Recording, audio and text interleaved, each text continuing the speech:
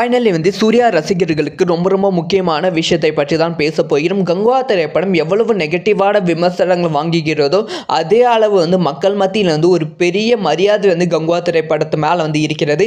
இப்போ அந்த மரியாதை இன்னும் அதிகரிக்கும் விதமாக படக்குள்ள பயங்கரமான முயற்சியில் ஈடுபட்டு இருக்காங்க.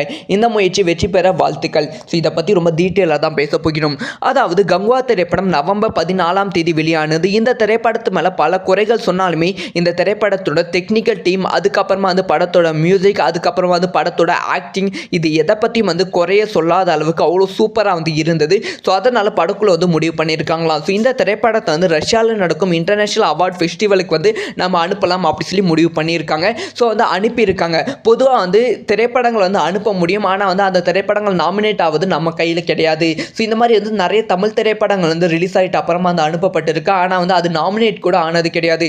இப்போ கங்குவா திரைப்படம் அந்த ஒரு லிஸ்ட்டில் நாமினேட் ஆகியிருக்கான் ஃபர்ஸ்ட் ஷெட்யூலில். ஸோ அதனால் அடுத்த ஷெட்யூலுக்கு கங்குவா திரைப்படம் நாமினேட் ஆகி கொஞ்சம் மூவ் ஆகிவிட்டால் அதுவே ஒரு பெருமையான விஷயமாக தான் பார்க்கப்படும். ஒருவேளை கங்குவா திரைப்படம் வெற்றி திரைப்படம் ஆகிவிட்டால், அதாவது தமிழில் ரிலீஸ் ஆன international best film award Kanguva திரைப்படத்துக்கு கிடைத்து விட்டால் அது கங்குவா திரைப்படத்துக்கு மிகப்பெரிய மரியாதையாக பார்க்கப்படும். முக்கியமாக சூர்யா அவர்களோட உழைப்புக்கு கிடைத்த மிகப்பெரிய அங்கீகாரமாக பார்க்கப்படும். ஸோ இந்த ஒரு விஷயம் நடக்குமா நடக்காதா அப்படின்னு சொல்லி உங்களோட ஒப்பீனியனை மறக்காமல் கமெண்ட்டில் லீவ் பண்ணி